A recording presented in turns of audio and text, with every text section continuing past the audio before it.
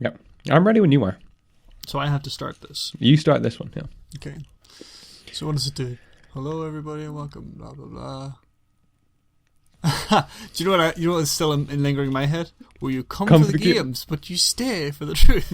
Run with it. Whatever comes to your head. Whatever is natural. You know. Okay. Right. Okay. Yep. You ready? I'm ready when you are.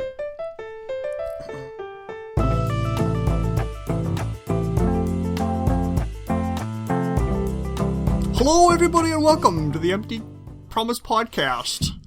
My name is Chris, and I am joined. That's what I do, right? Yeah.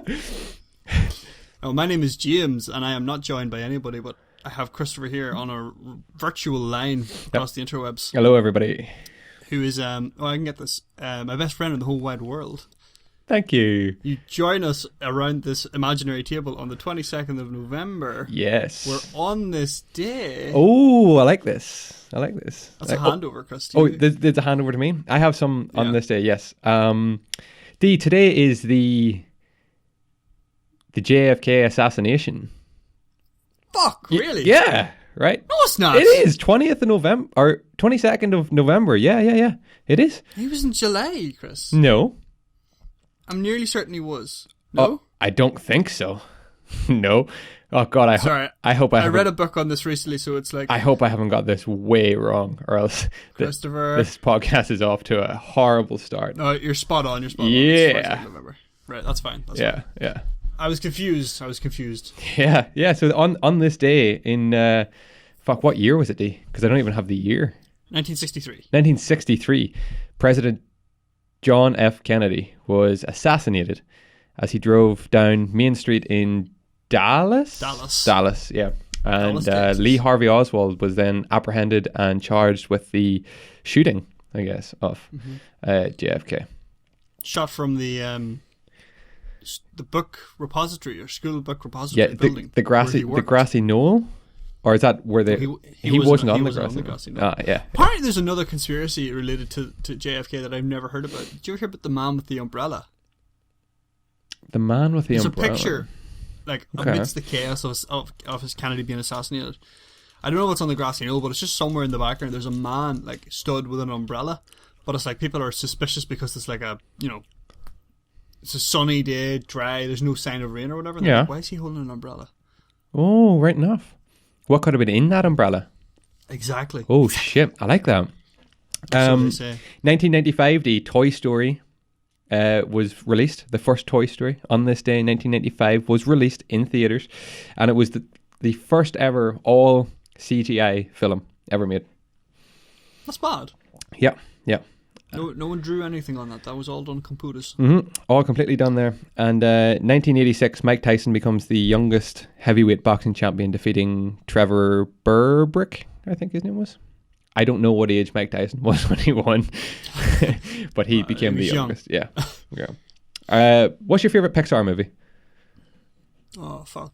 I have a few favorites. Inside Out is one of my favorites. I like it. Inside Out's a brilliant movie. Yeah. Incredibles?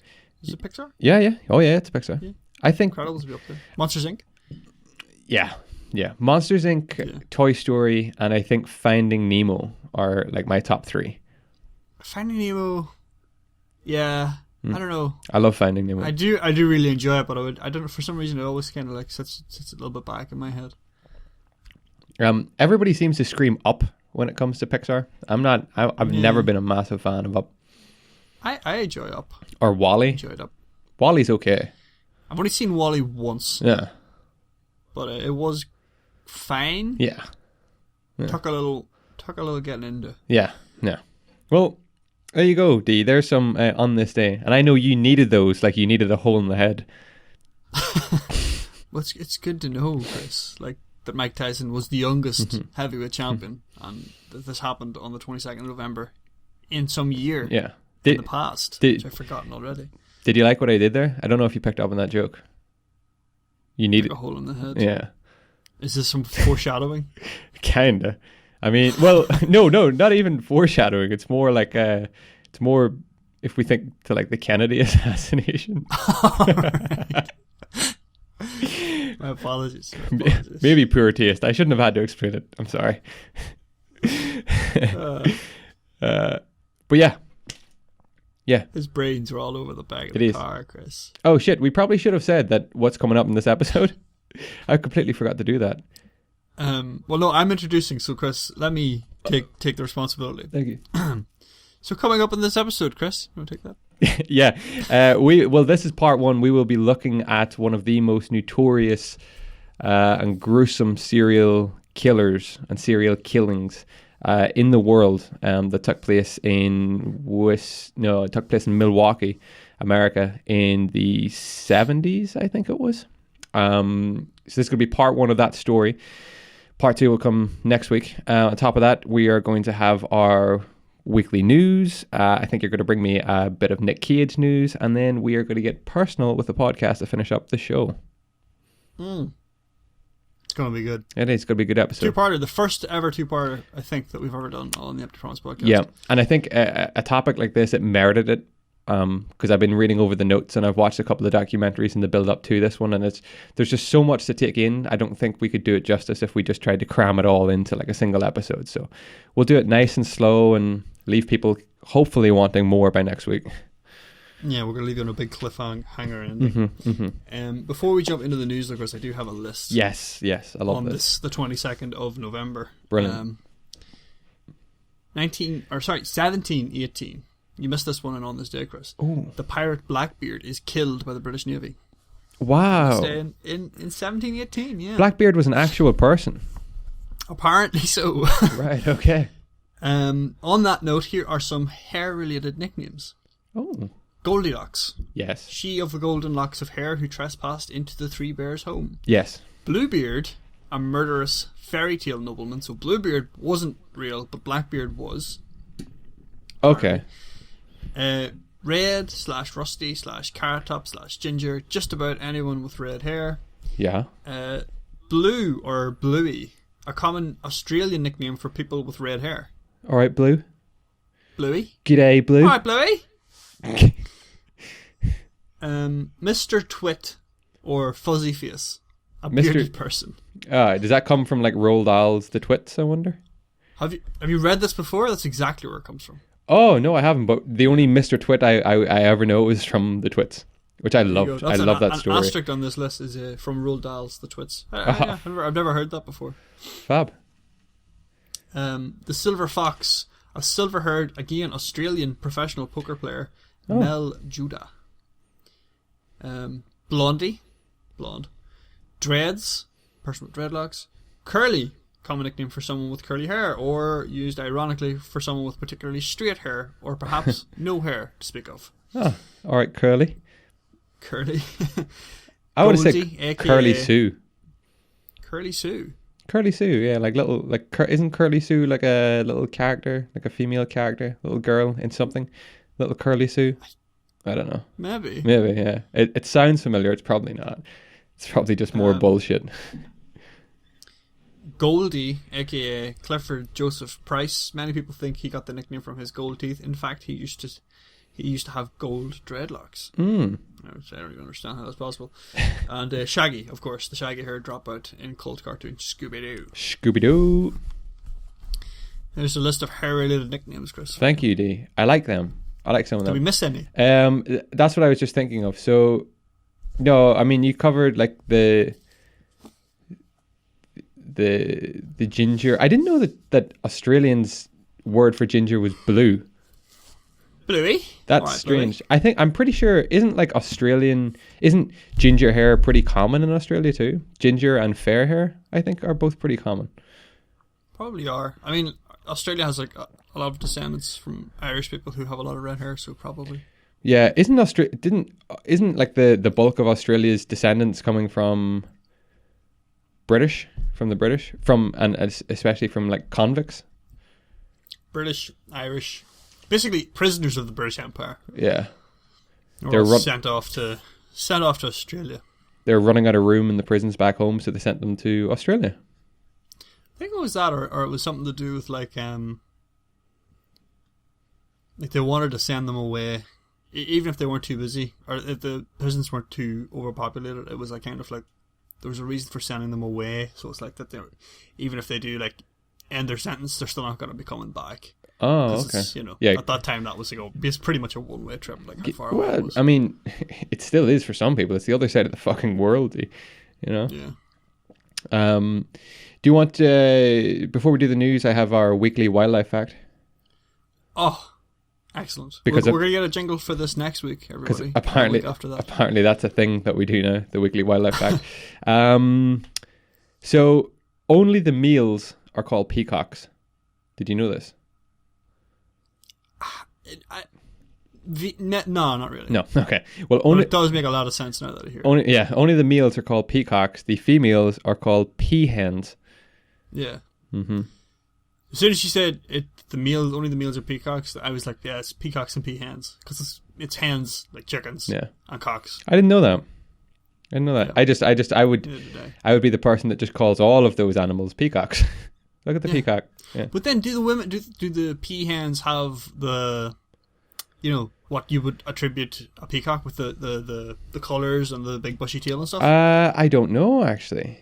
Jeez. Because that's the whole reason they have those, is because they have to attract a female partner. Yes, used in the... And that is what they spurred on the human act of peacocking. Peacocking, yes. Where you wear something distinct or kind of flamboyant to get the other sex's attention. Exactly. Yeah.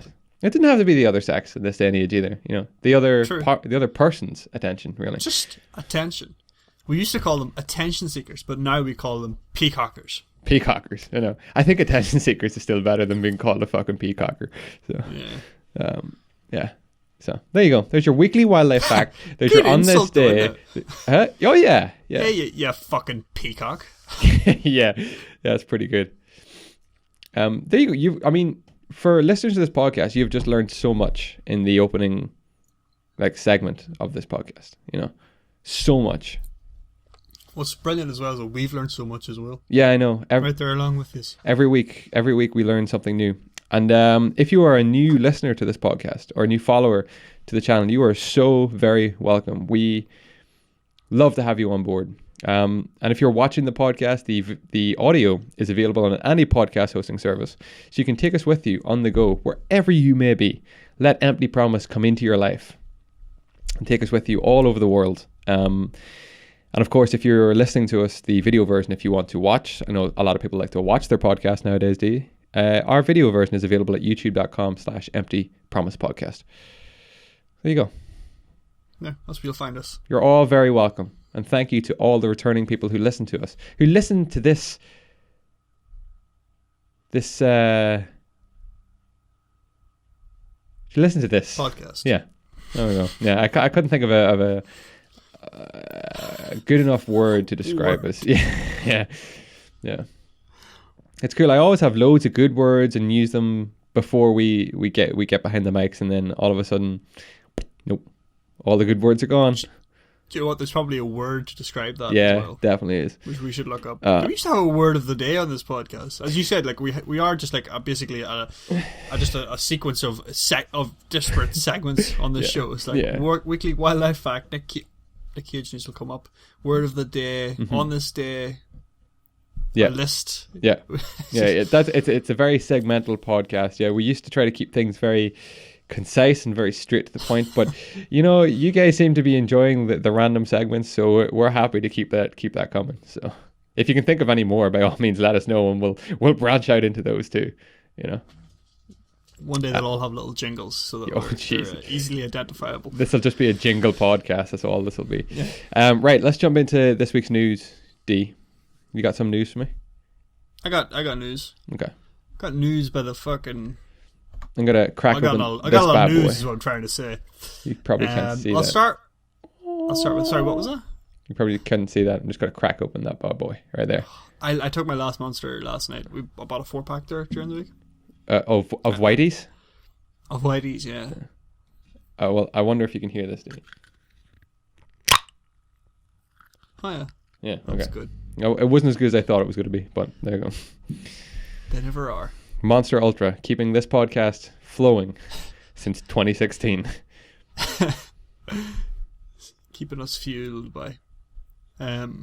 I'm going to start with a little bit of some entitled parents here, Chris. Because it's always good to get things like this. Oh, before I go on, sorry, I just want to mention that last week we actually got a lot of praise on Instagram for bringing up the news last week about the Sainsbury's Christmas ad. Remember the whole racism surrounding the ad? Yeah. A lot of people, well, I say a lot of people, a couple of people got in touch with us just to say that they're glad that we mentioned it and brought it up because they thought it was an absolute joke, and it was good hearing our perspectives on the whole thing. So there you go. There you go. Just another little shout out to... We're sometimes serious. Yeah. Here. Yeah. It's not always a piss take. No. This next one is a piss take. PA staker. Yeah, because I looked that up after as well myself, because I was just so like kind of, is this seriously happening? And yeah, obviously it was. Like, the first thing you see on Twitter is like all this bullshit. What, the Christmas ad? Yeah. To like, I guess the nation's credit, there was a lot of people on like basically just going like, what are you talking about? You absolute morons. Like, there's a lot of that as well. Yeah. Like, so, anyway, what I got here, Chris, is a story from a babysitter over in the States. Okay. Who put up an ad for babysitting, had babysat lots of different families and children, and have been doing this for over 2 years. This new family asked her to babysit 2 children, a 9-year-old boy and a 7-year-old girl. Mm-hmm. Really well-behaved kids. And obviously this is a babysitter's dream. They got a pair of nice, well-behaved kids, kind of, easy night. Yeah. But when it came time to feed the children, she wanted to treat them to something special because they had been so well behaved. And obviously this is something you want to do, reward their good behaviour. So when I asked what they wanted to eat, they asked for chicken nugget Happy Meals. And since they were so well behaved, I said I was going to go ahead and buy them the Happy Meals that they wanted. Is this in England or is this the US? The States. The States, yeah. Okay. Yep. Yeah, I think... Yeah, sorry, I'm pretty sure it's America, yeah. Yep. So the kids were obviously chuffed to bits that they got their chicken nugget Happy Meals. Absolutely. But when the mother found out, she was furious. So apparently, the parents had forgot to tell the babysitter a big personal parenting boundary. They were vegetarians, and the kids had just gotten into some chicken nuggets. So the parents were vegetarians, or the kids were vegetarians, or the whole family are vegetarians. I mean, I don't know how much agency a 7-year-old and a 9-year-old have. I was just going to say, so like, are the parents like forcing this vegetarianism upon the kids? Yeah. Yeah, I mean, like, listen, the family eat a vegetarian dad, right? The kids obviously are not vegetarians because they asked for chicken nuggets. They seem to know what it tastes like, so they were happy. They're not very dedicated. 7-year-old, I mean, got to work on that. Yeah. Get your 7-year-old only eating vegetables, for crying out loud. Yeah. But no, seriously, yeah, whenever the mother got home, she was really, really upset that the kids had gotten into some chicken nuggets. She saw her children eating chicken nuggets. She literally ripped the nuggets out of their hands this is when they got home. Started screaming that I'm horrible for allowing her children to eat dead corpses, and yelling at her children for eating the meat. So she's yelling at the 7-year-old and the 9-year-old. Fuck me, dude. Jesus. So, as a babysitter, I didn't know that they weren't allowed to eat meat because I hadn't been told. Mm-hmm. And the kids obviously didn't know they're not allowed to eat meat because they're 7 years old, 9 years old. They just wanted a tasty meal, right? Yep. Of course. What child doesn't, like? The mother kicks out the babysitter without paying her. Ooh. And then later texts saying that the babysitter owes her $300 per child for the emotional damage that has been caused. You are joking. Yeah. Oh, goodness gracious. She then threatened to take the babysitter to court if she didn't pay $600 for emotional damage. Babysitter was not too stressed about this because her dad and older brother are both lawyers, so the threat didn't really scare them. So yeah, did it progress any further? Like, did they go to court? Did they settle it, or what way is it? No, we don't really have that. This is sort of just telling the story after it happened, but I think, I don't think anyone's too concerned about it going to court. Jesus, dude. It's just more like just entitled parents. Yeah. Look at. the parents are clearly, obviously, like very into like their vegetarianism, all right, and very into like the ethics or whatever behind it.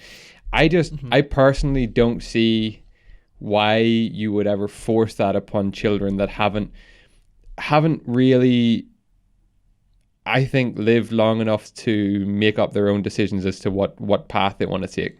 You know, I think that's time enough until at least they hit like secondary school, like 12, 13 years old. Like, for me, it's fine. Like, you know, you're providing the meals. Yeah. If you make the meals vegetarian, that's grand. Right? Yeah. But like, you can't yell at children for eating meat. Yeah, that's because what I mean. they don't understand why it's wrong. Yeah. Or, you know, why you think it's wrong, or, you know, the ethics of it. Chances are as well, these kids have just been force-fed their parents' beliefs, you know, growing up. So if like their parents are turning around saying, you know, we're just eating corpses and blah, blah, blah, you know, like the children aren't really getting the proper knowledge as to why they maybe should or should not eat meats, you know. I think that's crazy. That's the best way to encourage a child to later in life start eating meat. That's exactly it. Yeah, you have to make them. You have to let them make their own decisions. Jesus. Yeah. You know, like, if you raise them eating vegetables and, you know, a vegetarian diet, and like it being delicious and fun, and like that's just what you eat, they'll probably just continue to eat that way. Yeah. But if you're like a hard ass about it, listen, I'm not a parent, I don't know. Yeah, exactly. I just know that that's the wrong response to blame the babysitter and the children for eating meat when they don't know that that's not the right thing to do. That's mad. And $600 for emotional. Someone get these kids a steak, for fuck's sake. It always feels like in America. Well, you know what? That's not fair. It's just no. Why do people always sue? Like, you know, like that's a much bigger thing though in the States than it is here. Like it's a very easy thing, I think, just to sue people. You know, just to take them up and try to get as much back off them as possible. That's just their justice system though out there. You know, we're slightly different here, I think. You know, over here when things go, like someone says they're going to sue you, like that's like, it seems like it's deep shit. That is deep shit. When you hear about it happening in America, it's kind of like people sue each other left, right, and center. Seemingly. Had the parents got riled up here in our countries, I can imagine they just would have went to the babysitter's door and probably kicked her head in. That's you know, that's how things get handled. You what, mate? In this side, chicken nuggets. Exactly. Fuck, that's good news, D. I like that you brought that up. Thank you. On a lighter note, a racing pigeon from Belgium has sold for €1.6 million. A racing pigeon. It's a big sport, Chris. I didn't know that was still a thing. I mean, this is racing pigeons, so this is like. Okay, they're not like messenger pigeons. Yeah, they're literally racing. But they race over like thousands of kilometers. Yeah, I think so. Yeah. Yeah. I think it's all like big stage tournaments. Yeah, it's not. It's not like the pigeons are released around a circular track or anything. Yeah, it's like they might fly from like Spain to like France. Could be something like that. Through like a series of checkpoints or something, and their time's taken, and then, you know, wow, 1.6 million. For a bird. That's 1.4 million pounds sterling and $1.9 million, so nearly $2 million on a bird. The bird is called New Kim. It's a 2-year-old female who was initially put up for auction. This is incredible. It was initially the starting price on the auction was €200. How did it make its way to 1.6 million? 1.6. Yeah. If you're the owner of that pigeon when you went to auction and you seen those numbers starting to climb, you are rubbing your hands. Yeah, well, to be fair, I think they're already pretty well off. But the bidder was from China, so maybe that explains why it went so high, because it's kind of like probably like a Chinese. They're gonna fucking eat the thing, D. Entrepreneur. Jesus Christ, Chris. Look, I'm just pointing out the fact they eat everything there. They eat pigeons there. They eat birds. They eat fucking everything. Look at the state of the world where we're living now, D. All because. Like, and I'm not pointing fingers, but like the Chinese are the worst for it. They will eat everything, and this is where all these fucking diseases have come from. So, the seller was Kurt van de Voever, whose family bred and owned the pigeon, and obviously were in shock at the news. The father of it, right? This is my favorite part. The father of this bird was champion racer Armando. who was nicknamed the Lewis Hamilton of pigeons. Oh, Jesus, that's brilliant. Because of his achievements in the world. I'm writing all these notes down. The Lewis Hamilton of pigeons. That's incredible. Oh, there was a bidding war that what jacked up the price. Right. And racing pigeons can continue on having chicks for about 10 until they are about 10. So it's expected that this is going to be used for breeding, and it's more of a entrepreneur like buying and selling thing rather than actually being interested in the bird itself. Okay, so yeah, I quickly looked up there. 1.6 million pounds. Pigeon racing is a sport of releasing specifically trained racing pigeons, which then return to their homes over a carefully measured distance. The time it takes for the animal to cover the specified distance is measured, and the bird's rate of travel is calculated and compared with all of the other pigeons in the race to determine which animal returned at the highest speed. It's a heck of a sport. They're real spectator sport. Conditioned for races that vary approximately 100 kilometers to 1,000 kilometers long. That's incredible. Holy shit. 100,000 kilometers. Yeah. No, just 1,000. From 100 to 1,000. Right, okay, sorry. Holy shit. Do you know the way like in like the States and stuff again, if like you say like you're going to like a ball game, like a baseball game, that's like a day outing because those games last so long. So you go and you sit and you get your pretzel and your hot dog and you sit and you watch for 4 or 5 hours as the game goes on. Imagine pigeon racing. It is a real spectator sport, you know. You're just gonna go and sit for like the next 48 fucking hours. You just drive so you can go to the next checkpoint to see them like fly through, and then you drive back to the next point. Yeah, them just all flapping have about. Their interest. I remember whenever like all the sports stopped on the initial batch of COVID, and like people were online watching. What do you call it? Marble racing. Marble racing. Yeah. It's like yeah. You can make anything like a sport, like, or you can make anything competitive enough that you have an investment in it. Like, as long as you can bid on it and win something marble back or off a purple marble, yep, or a specific bird, you know. Yep. Yeah. Oh yeah, you can bid in everything.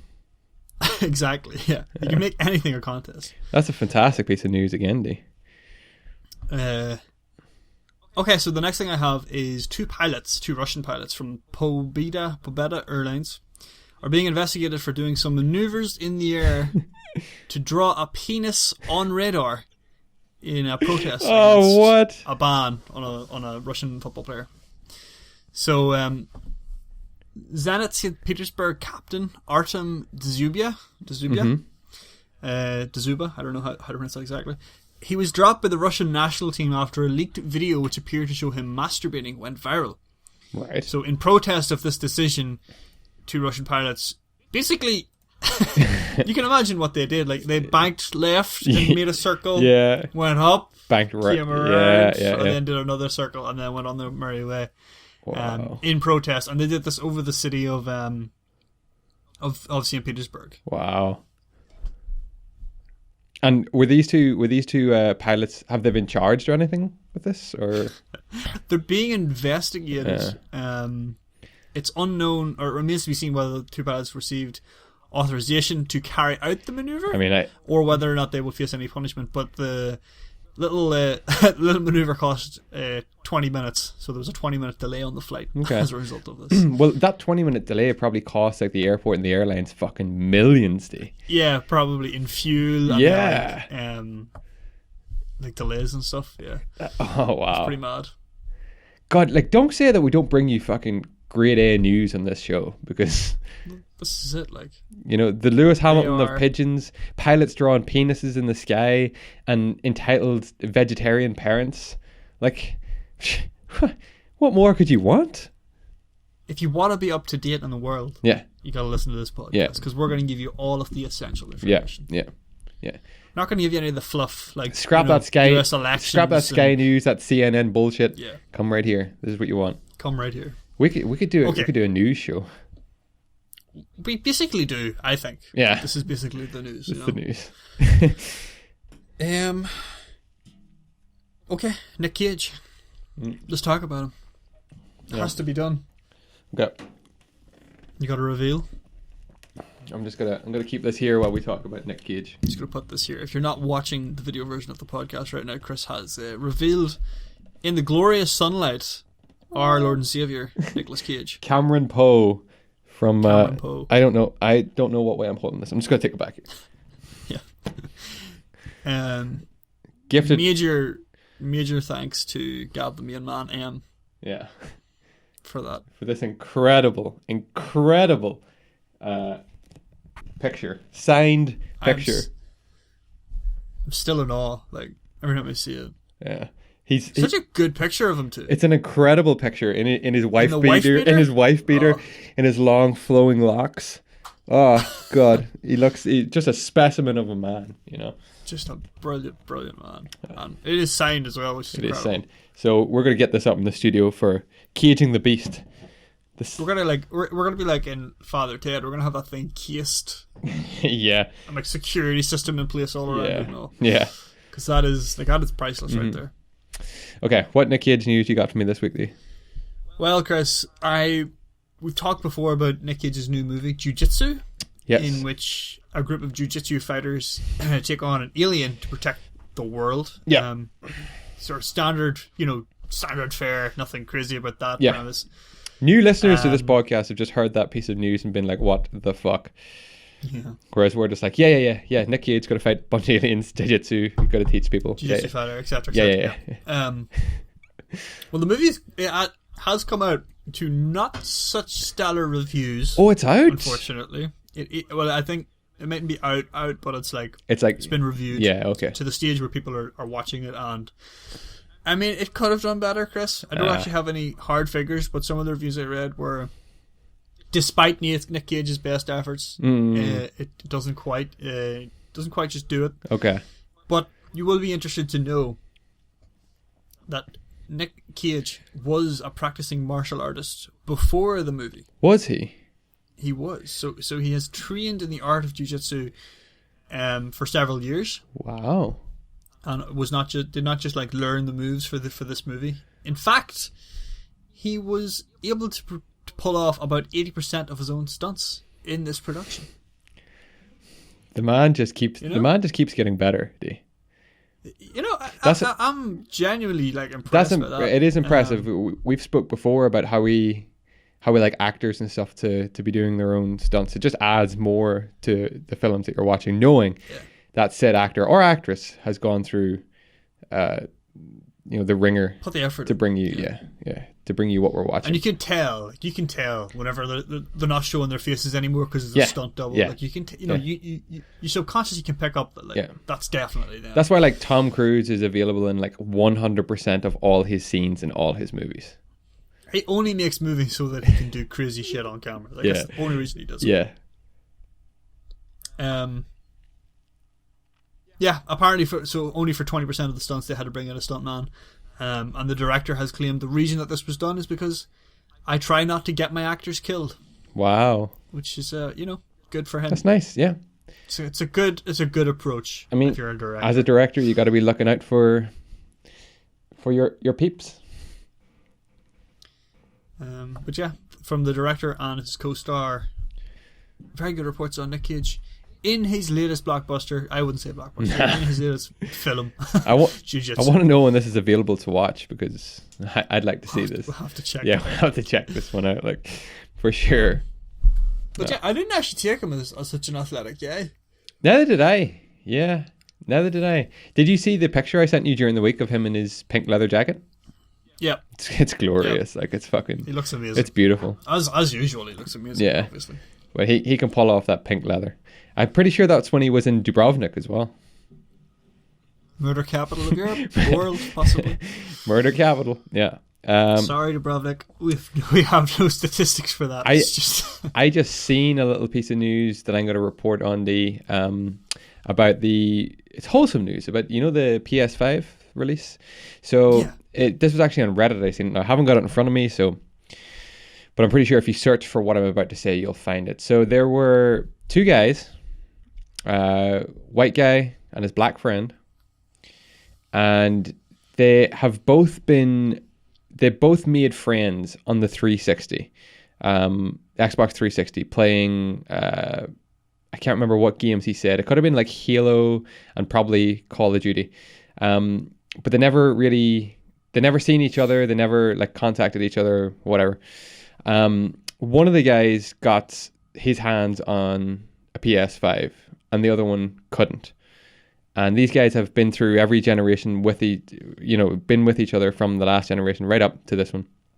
So the guy that got his hands on the PS5 managed to get his hands on another one, contacted his best friend, they met up, and he gifted him a PS5 so that they could stay in touch and continue to play in the next generation together. Incredible gesture. Incredible.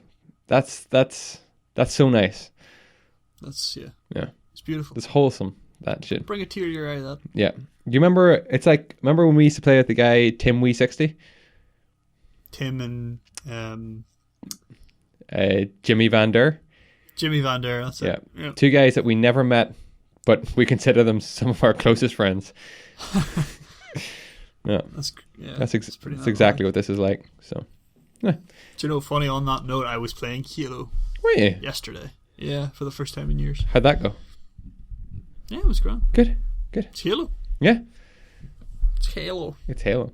Okay, with the news being out of the way, D, I think it's time that we jump into our main topic. Now, before I do, a couple of things. This week, I'm hoping to bring you part 1. So part 1, I'm going to look at kind of the early life, the childhood, adolescence.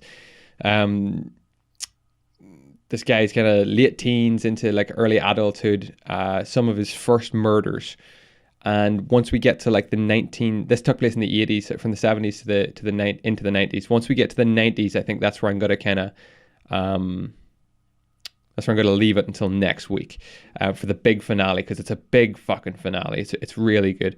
But this is the story of Jeffery Dahmer, one of America's most notorious serial killers. Also known as the Milwaukee Cannibal or the Milwaukee Monster. And that should tell you everything you need to know before we even get going here. So I'm going to start, D. As always, if you have any questions or comments while I'm kind of reading through the story, please shout them out and we can kind of discuss that or go off on a little tangent about what we're hearing, okay? So Jeffrey Lionel Dahmer was born in 21st of May, 1960 in Milwaukee, Wisconsin.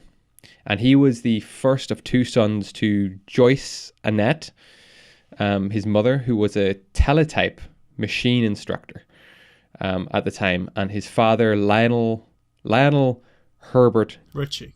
I wish Dahmer. The story might have a nice ending if it was Lionel Richie, who was a university chemistry student. Lionel Dahmer was of German and Welsh ancestry, and Joyce Dahmer was of Norwegian and Irish ancestry. So Dahmer himself he's quite a mix of ancestry in there. It has been claimed that Dahmer was deprived of attention as an infant. Some sources suggest that Dahmer was generally doted upon as an infant and a toddler by both parents, although his mother was known to be tense and greedy for both attention and pity, and argumentative with her husband and their neighbours. Now, we'll see as the story kind of progresses. I'm pretty sure I read, maybe not in this report, but somewhere else, that she was like a hypochondriac. She was always kind of coming up with like illnesses and ailments that she thought she had, and really that just wasn't the case. So maybe that's where the attention and pity kind of came from. As Dahmer entered first grade, Joyce, who's his mother, began to spend an increasing amount of time in bed, recovering from weakness. Lionel, his father's university studies kept him away from home much of the time. And when he was at home, his wife, who actually did suffer from depression at one point, demanded constant attention. So she reportedly worked herself into a state of anxiety over travel matters, simply to appease her husband. And she once attempted suicide with pills. And as a result of kind of all these ailments and things going on, neither parent really spent a whole pile of time with their son, or devoted a lot of time to their son, which I think, as we've seen in some serial killer cases, like the Zodiac killer. No, we haven't done Zodiac. What was that other one you brought to me? I think, like, I don't even know any. I can't think of any specific examples off the top of my head, but like it's a very common trait with all serial killers. Yeah, that's exactly where I'm going. Difficulties when they're growing up, and like particularly like difficulties or a difficult relationship with their mother. Yes. Always has a pretty big impact. Yeah, especially coming from like male side of things. Yeah. A lot of the males have difficulties, like are almost like infatuations as well with their mother, which is a common theme. Yeah. But we'll see a bit more of that going on. Dahmer had been an energetic and happy child, but became notably subdued after a double hernia surgery shortly before his 4th birthday. He recalled extreme tension and arguments between his parents during his early years, and at elementary school, Dahmer was regarded as quiet and timid. One teacher said that she sensed that he felt neglected because of his mother's illnesses. Nonetheless, though, in grade school, Dahmer did have a small number of friends. So he wasn't a complete kind of loner or anything. He just didn't really get the attention from his parents at home.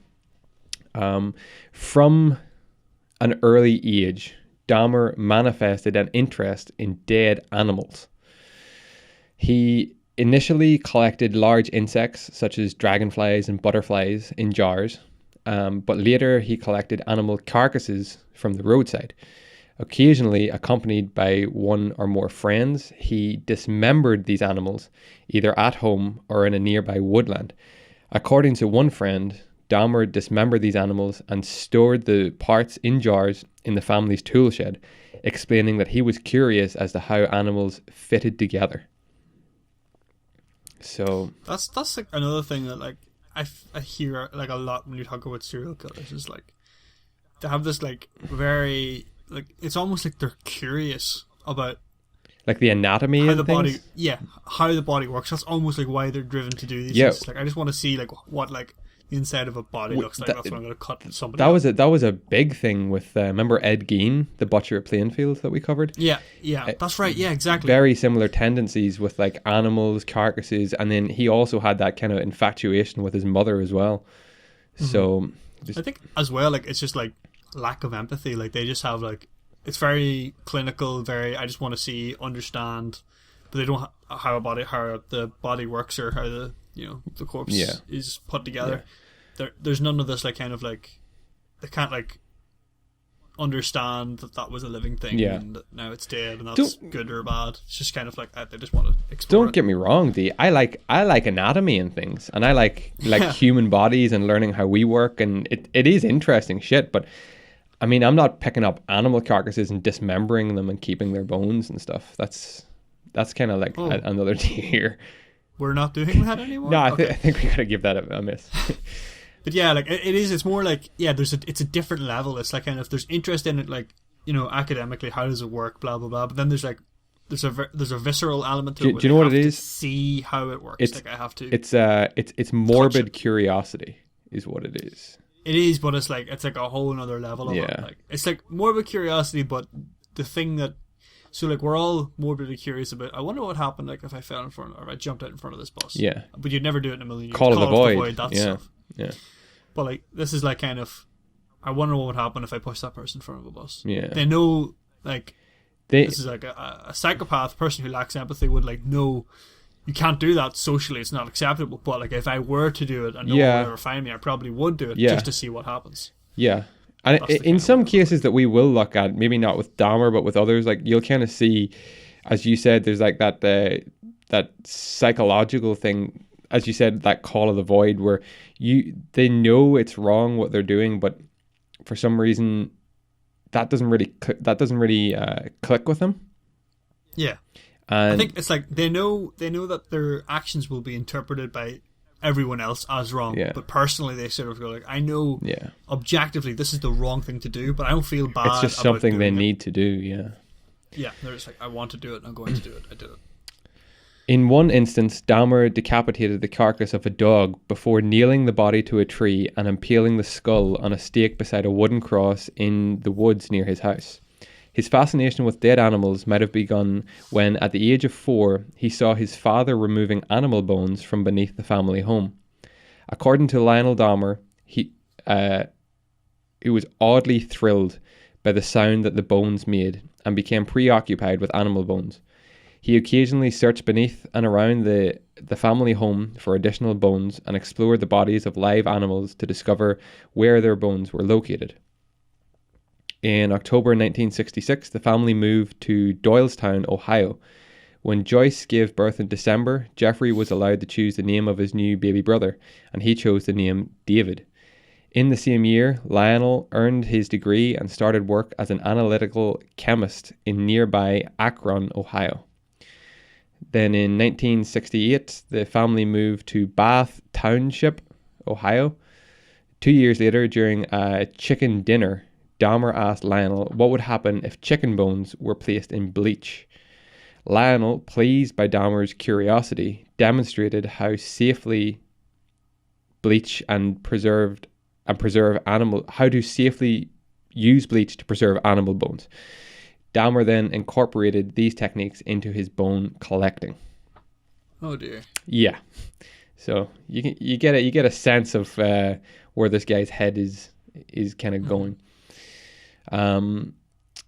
So in high school then, from his freshman year at high school, Dahmer was seen as an outcast. At 14, he began drinking beer and hard alcohol.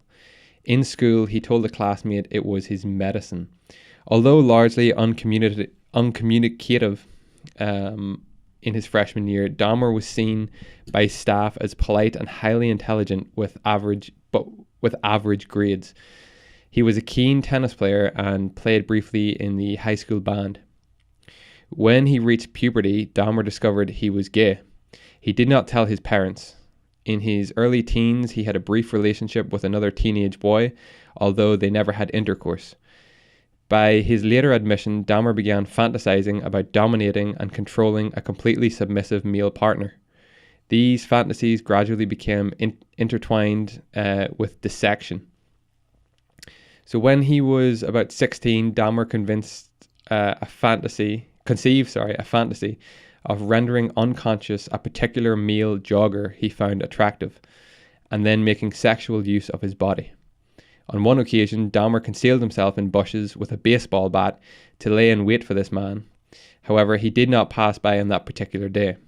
Dahmer later said this was his first attempt to physically attack someone. Fuck. So, imagine being that hiker or that runner and like that's the day you don't run past. Particular day, yeah. Man, this is... So... Do you ever, yeah. Just for wonder about like how many like cases like that of that exist or have happened to you even. It's like kind of like... I wonder like how many times I decided to take a different route to work or something. Yeah, exactly. I could have been. Yeah, or if you wait like the extra 5 minutes or something like that. Like this guy, he dodged a real fucking bullet. This jogger, he probably doesn't even know who he is. Doesn't know, probably to this day. Something else that we've seen here was Dahmer discovered he was gay, but this is something that I've read that he kind of, even right up until after the crimes and stuff, and in later years, he never really like admitted to it. It was always something he kind of kept festered inside. I don't think he ever became openly like public about being gay. So I don't know, maybe it was back at that time in America, like it would not have been accept, like, you know, it wouldn't have been an easy thing to do. Yeah, true. Despite being regarded as a loner and an oddball among his peers at RHS, Dahmer became something of a class clown who often staged pranks, which became known as, quote, doing a Dahmer. These included bleating and simulating epileptic seizures or cerebral palsy at school and in local stores. By 1977, Dahmer's grades had declined. His parents hired a private tutor, but with limited success. In that same year, in an attempt to save their marriage, his parents attended counselling sessions. They continued to quarrel frequently. When Lionel discovered Joyce had engaged in a brief affair in September 1977, they both decided to divorce, telling their sons they wished to do so amicably, and Lionel moved out of the house in early 1978. In May 1978, Dahmer graduated from high school. A few weeks before his graduation, one of his teachers observed Dahmer sitting close to the school parking lot, drinking several cans of beer. When the teacher threatened to report the matter, Dahmer informed him he was experiencing a lot of problems at home and that the school's guidance counselor was aware of them. That spring, Joyce and David moved out of the family home to live with relatives. Dahmer had just turned 18 and remained in the family home. Dahmer's parents' divorce was finalized on July 24th, 1978, and Joyce was awarded custody of her younger son and alimony payments. So this is another huge thing because the parents have now split up, and in that spring, Joyce, who's the mother, and David, who'd be Dahmer's brother, both moved out of the family home to go and live with relatives, but Dahmer continued to live at the house. So he was living at this house alone because his father wasn't even there, which I thought was just a really, really strange thing because this kid's like 16 at this point, maybe 15, 16. He's living alone in this house. So no, he's 18, right? Oh, he's 18 now. Oh, 18. Sorry, yeah, graduation, yeah. 1978, yeah. Yeah, sorry, he just turned 18. But yeah, he continues to live alone, and I think this is maybe something else that, well, it is something else that heavily contributes to the path that we're going to kind of see. Yeah, because like now he's not like under parental supervision or whatever. Like there's nowhere at home for he has him to kind of like complete freedom in explain himself in the family home. And if you ever see the family home, it's like in woodland. It's quite private, you know, surrounded by like forest and things. So, the kind of place you could hide a body, I guess. So we're moving into Dahmer's first murder here. He committed his first murder in 1978, 3 weeks after his graduation. At the time, he was living alone in the family home in Bath. Following their decision to divorce, Lionel temporarily lived in a nearby motel, and Joyce had relocated to Chippewa Falls in Wisconsin with younger brother David. On the 18th of June, Dahmer picked up a hitchhiker named Stephen Mark Hicks, who was almost 19 at the time. Dahmer lured the youth to his home on the pretext of the two young men drinking alcohol together. Hicks, who had been hitchhiking to a rock concert at the lake park, agreed to accompany Dahmer to his house. According to Dahmer, after several hours of drinking and listening to music, Hicks wanted to leave, and Dahmer didn't want him to. In response, Dahmer bludgeoned Hicks with a 10-pound dumbbell. He later stated he struck Hicks twice from behind with the dumbbell as Hicks sat up in a chair. When Hicks fell unconscious, Dahmer strangled him to death with the bar of the dumbbell, then stripped the clothes from Hicks's body before masturbating as he stood over the corpse. The following day, Dahmer dissected Hicks's body in the basement and later buried the remains in a shallow grave in his backyard. Fuck. Yeah. Before, several weeks later, unearthing the remains and paring the flesh from the bones. He dissolved the flesh in acid before flushing the solution down the toilet. He crushed the bones with a sledgehammer and scattered them in the woodland near the family home. Okay, so right, there's a lot. It's kind of just gone like from 0 to 100 very, very quickly with this kid. Yeah.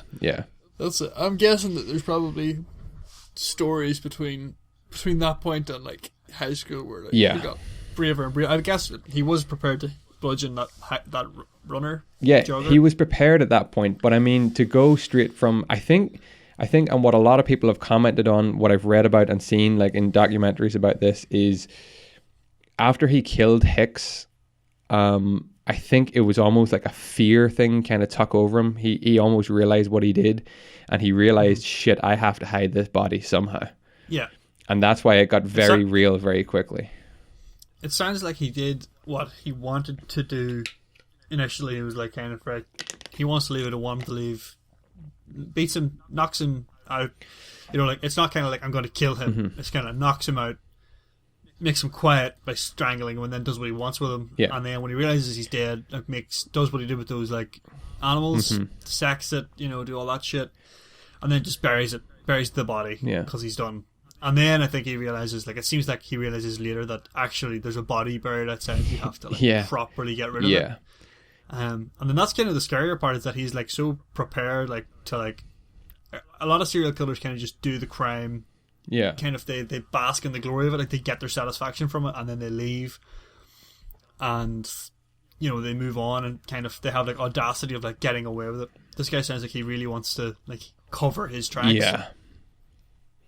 And it's pretty weird that he, like, buried it, then dug it back up, properly dispose of the body. Like, it's crazy, man. It's fucking crazy. And that's his very first kill. That's it. Like, this is the, like, first. So as you can imagine, things are only going to get, like, worse and worse from here, which is, like, the lengths he went to on his first kill to cover it up. Like, normally it's like the first is always this, like, which kind of which almost feels like it was, like, was it, like, accidental, maybe, you know, that he realized shit what he'd done and he wanted to almost cover this up and never speak of it again, and that's kind of it. I know people have suggested that it was like a heat of the moment, spur of the moment type thing, that it wasn't, like, premeditated or anything. I mean, I would struggle to think that it's not premeditated when he picks up a hitchhiker, because, like, that is the perfect mark, we'll say. Like, a hitchhiker, you know, they don't have any ties to the town, they're not local. Yeah. You know, I'd say it's probably there was a thought, like, in his head about what he was going to do with this hitchhiker the whole time. You think? But maybe not kill him or whatever, you know. Yeah. Maybe it was, like, seeing a hitchhiker on the road and his mind just started going, and he's like, let's pick him up, let's do this. You know, didn't think the whole way through. But, like, he seems like, the way he disposed of it, he seems very clued in, I would almost say. Like, he knows what to do to avoid being caught, and he's very careful. Well, 6 weeks after the murder of Hicks, Dahmer's father and his father's new fiancée returned to this home, where they discovered Jeffrey living alone at the house. That August, Dahmer enrolled at Ohio State University, hoping to major in business. Dahmer's sole term at OSU was completely unproductive, largely because of his persistent alcohol abuse throughout the majority of the term. He received failing grades in Introduction to Anthropology, Classical Civilizations, and Administrative Science. The only course Dahmer was successful at was riflery, having received a B- grade. His overall GPA was 0.45/4. I don't honestly understand what that means, because I'm not from the States. No. On one occasion, Lionel paid a surprise visit to his son, only to find his room strewn with empty liquor bottles. Despite his father having paid in advance for the second term, Dahmer dropped out of OSU after just 3 months. In January 1979, on his father's urging, Dahmer enlisted in the United States Army, where he trained as a medical specialist at Fort Sam Houston in San Antonio, Texas. On July 13th, 1979, he was stationed at Baumholder, West Germany, where he served as a combat medic in 2nd Battalion, 68th Armored Regiment, 8th Infantry Division. According to published reports, in Dahmer's first year of service, he was average or slightly above average soldier. 2 soldiers attest to having been raped by Dahmer while in the army. One stated in 2010 that Dahmer had repeatedly raped him over a 17-month period while they were both stationed at Baumholder, while another soldier believes Dahmer drugged and raped him inside an armoured personnel carrier in 1979. Owing to Dahmer's alcohol abuse, his performance deteriorated, and in March 1981, he was deemed unsuitable for military service and was later discharged from the army. He received an honourable discharge, as his superiors did not believe that any problems Dahmer had in the army would be applicable to civilian life. On March 24th, 1981, Dahmer was sent to Fort Jackson, South Carolina, for debriefing and provided with a plane ticket to travel anywhere in the country. Dahmer later told police he felt he could not return home to face his father, so he opted to travel to Miami Beach, Florida, both because he was tired of cold and in an attempt to live by his own means. In Florida, Dahmer found employment at a delicatessen and rented a room in a nearby motel. Dahmer spent most of his salary on alcohol and was soon evicted from the motel for non-payment. He initially spent his evenings at the beach as he continued to work at the sandwich shop until phoning his father and asking to return to Ohio in September of the same year. So this guy has went from his first killing to enlisting in the army, serving in the army, then getting honorably discharged because he just wasn't suitable for service anymore. Moves to Florida. Alcohol abuse, which is a big thing, and we will see it more as this goes on, how the alcohol is going to affect him, to living and working in Florida because he wants to kind of make it on his own, but that doesn't work out. And now he's phones his father to return to Ohio. And interesting as well is the two soldiers that have come forward saying that Dahmer had repeatedly raped them over an 8-year stint or whatever amount of years that was. Yeah, he was in the military. A 17th month, period, yeah. So, it's noted as well that Dahmer had quite a kind of gangly kind of physique and stuff before he went to the army. And then when he went there, he beefed up, he jacked up quite a bit. There are pictures of him you can see.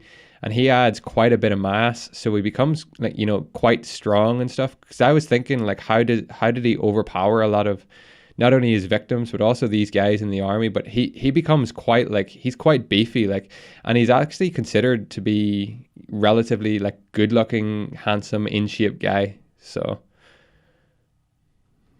maybe that's how he lured a lot of his people as well. Psychopaths as well, they're always physically.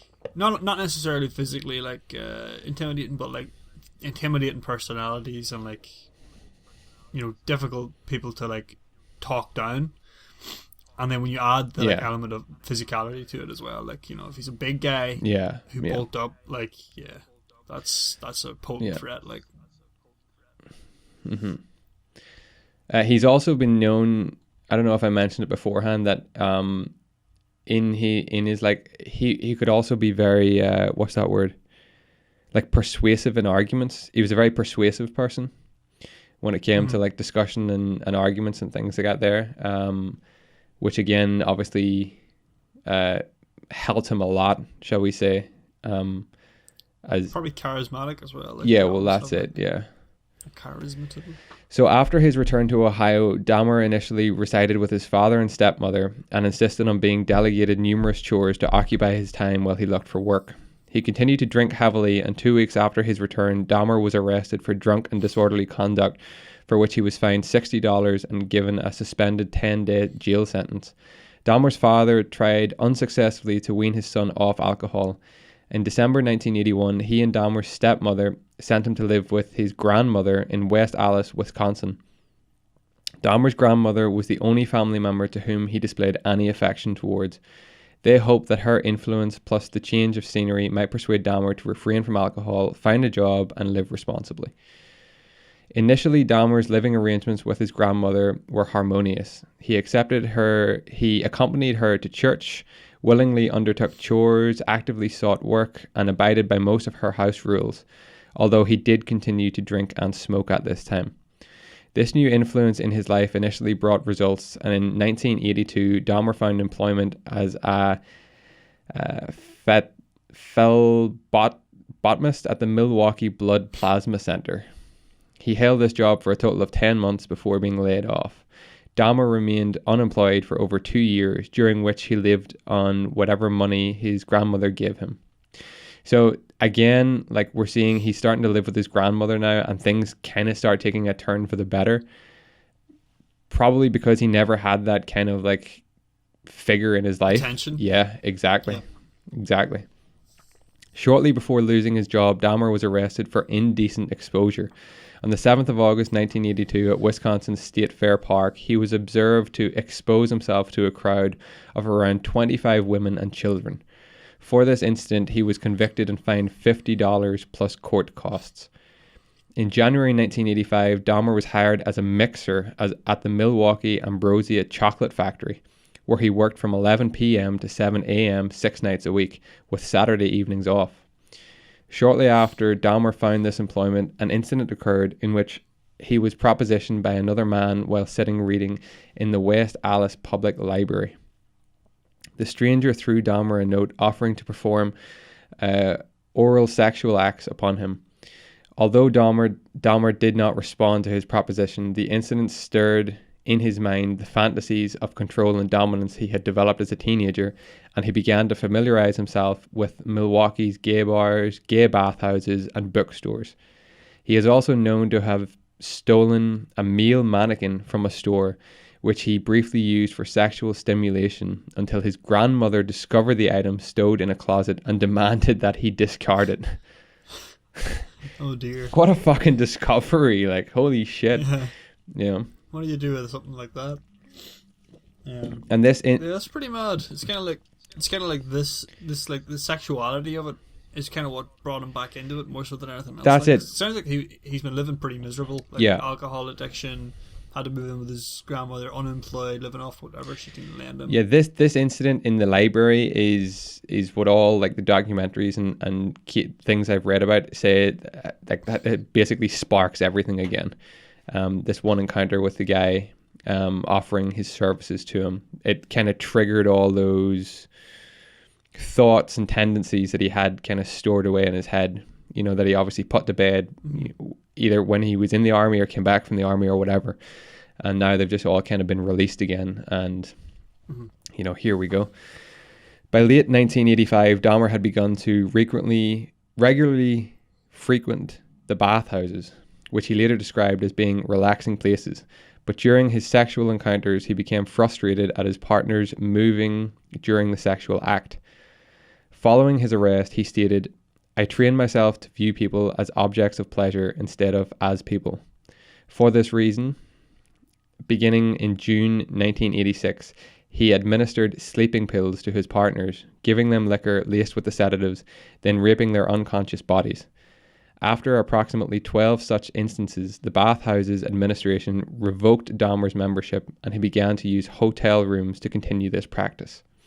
So he got away with like 12 bloody like druggings and like rapings in the bathhouses before these people even copped on to what he was doing and like revoked his membership.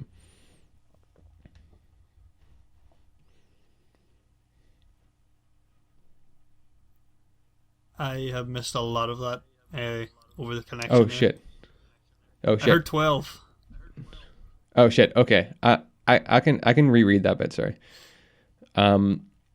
So by late 1985. Sorry, can you hear me? Yeah. No, it's fine. Yeah, you can keep it out. It's just that the connection's still pretty spotty. Sorry. No, that's obviously connection on my side. Entirely now. Have you still got me? Yeah, you're better now. Yeah. I'm just going to make note of the time just so I can edit this out. 1:23. Okay, cool. Connection. Okay, sorry about that. Shortly after his membership of the bathhouses was revoked, Dahmer read a report in a newspaper regarding the upcoming funeral of an 18-year-old male. He conceived the idea of stealing the freshly interred corpse and taking it home. According to Dahmer, he attempted to dig up the coffin from the ground, but found the soil too hard and abandoned this plan. In August 1986, Dahmer was arrested for Yeah, it's fucking, it's absurd. It's like he's really taking this up a level completely. So, and it's like he's starting to, as we see, he's starting to get into this more like the necrophilia side of things. You know, like limp kind of bodies and dead bodies and things like that. So, it's kind of gross, I guess, looking at it from like our side of things, but this is what was going on in this guy's head, you know. In August 1986, Dahmer was arrested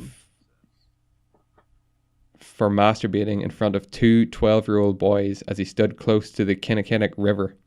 He initially admitted the offence and was again charged with indecent exposure, but quickly changed his story and claimed he had merely been urinating, unaware that there were any witnesses. The charge was changed to disorderly conduct, and on March 10th, 1987, Dahmer was sentenced to 1 year of probation with additional instructions he was to undergo counseling. Yeah, that's Yeah. the man got away with it, actually. Yeah. It's fucking crazy. Oh, yeah. I was just taking the piss. Yeah, I know. Yeah, there wasn't as much kind of looking into like these kind of cases back then as there is now. You know, it probably wasn't seen as that a big a deal as it is now. So maybe that's why he got away with it more. Because this is like what, twice, 2 or 3 times now he's been like arrested for indecent exposure. So like, at what point do you need to be like, hang on? But then that's another thing. It's like they don't track these things, or they didn't back then. You know, True. They're just sick. So following the murder, pardon me. On November 20th, 1987, Dahmer, at the time residing with his grandmother in West Allis, encountered a 25-year-old man from Ontagonon, Michigan, Stephen Tuomi, at a bar and persuaded him to return to the Ambassador Hotel in Milwaukee, where Dahmer had rented a room for the evening.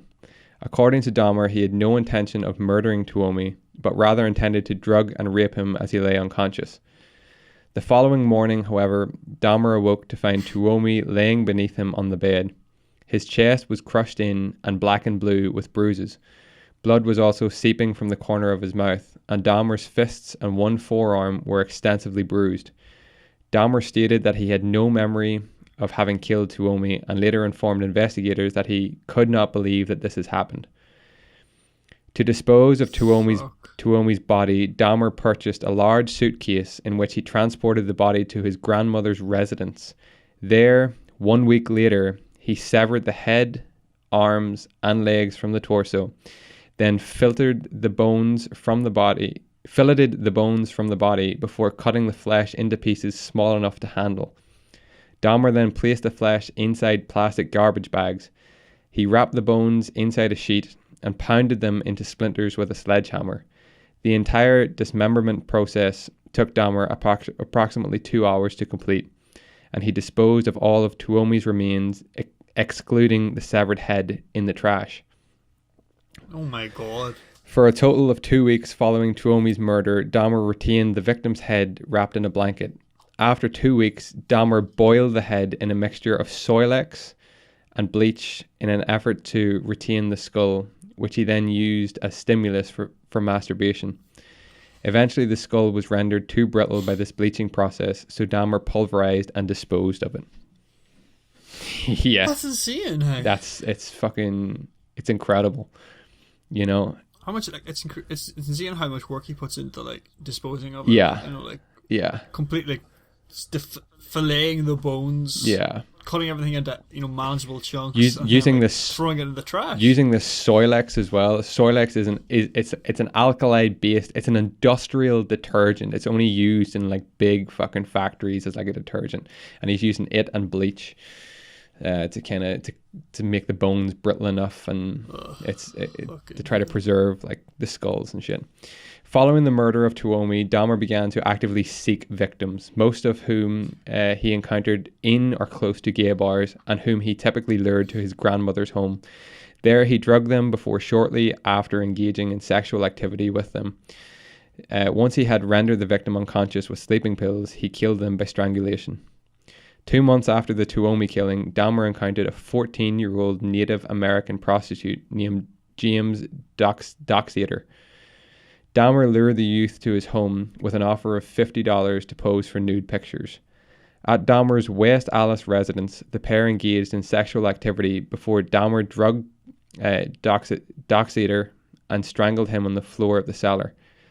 Dahmer left the body in the cellar for 1 week before dismembering it in much the same manner as he had with Tuomi. He placed all of Doxator's remains, excluding the skull again, in the trash. He boiled the skull and initially retained it before pulverizing it. On March 24th... Is the grandmother... Sorry. Was the grandmother... The grandmother's still there. Yeah, she's still there. But he's living in the cellar at this point. Getting caught. On March 24th, 1988, Dahmer met a 22-year-old bisexual man named Richard Guerrero outside a gay bar called the Phoenix. Dahmer lured Guerrero to his grandmother's residence, although the incentive on this occasion was $50 to simply spend the remainder of one night with him. He then drugged Guerrero with sleeping pills and strangled him with a leather strap. Dahmer then performed oral sex on the corpse. Guerrero's body was dismembered within 24 hours of this murder, with the remains again disposed of in the trash and the skull again retained before being pulverized several months later. On April 23rd, Dahmer lured another young victim to his house. However, after giving the victim a drugged coffee, both he and the victim heard Dahmer's grandmother call out, "Is that you, Jeff?" Although Dahmer replied in a manner that led his grandmother to believe he was alone, she did observe that Dahmer was not alone. Because of this, Dahmer opted to not kill this particular victim, instead waiting until he had become unconscious before taking him to the County General Hospital. So that grandmother pretty much saved this one victim's life. That's insane. In September 1988, Dahmer's grandmother asked him to move out because of his habit of bringing young men to the house late at night and the foul smells emanating from both the basement and the garage. Dahmer found a one-bedroom apartment on North 25th Street and moved into his new residence on September 25th. The following day, he was arrested for drugging and sexually fondling a 13-year-old boy whom he had lured to his home on the pretext of posing nude for photographs. In January 1989, Dahmer was convicted of second-degree sexual assault and of enticing a child for immoral purposes. Sentencing for the assault was suspended until May 1989. On March 20th, Dahmer commenced a 10-day Easter absence from work, during which he moved back to his grandmother's home. 2 months after his conviction... Sorry. Go ahead. So he gets caught by the police for drugging a 13-year-old boy.